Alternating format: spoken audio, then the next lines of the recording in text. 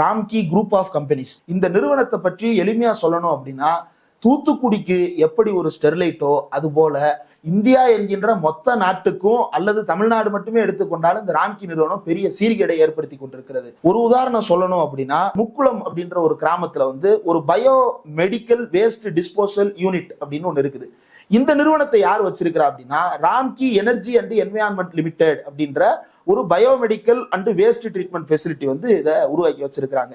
இதுல இருந்து ஏற்படக்கூடிய பொல்யூஷனின் காரணமாக அந்த பகுதியில் இருப்பவர்களுக்கு தொடர்ந்து புற்றுநோய் பாதிப்பு ஏற்படுகிறது, கிட்னி பாதிப்பு ஏற்படுகிறது, அல்லது லிவர் பாதிப்பு ஏற்படுகிறது, உடல் பாதிப்புகள் தொடர்ந்து ஏற்பட்டு கொண்டே இருக்கிறது. அப்ப இப்படிதான் ஸ்டெர்லைட் போராட்டம் பிரச்சனை தொடங்குச்சு. இந்த நிறுவனம் இப்ப சம்பந்தப்பட்டிருக்கக்கூடியது எதுல அப்படின்னா, சாலிட் வேஸ்ட் மேனேஜ்மெண்ட், இன்னொன்னு வேஸ்ட் டு எனர்ஜி. இந்த 2 வகையான ப்ராஜெக்டையுமே தமிழ்நாட்டில் இவர்கள் எடுத்திருக்கிறார்கள்.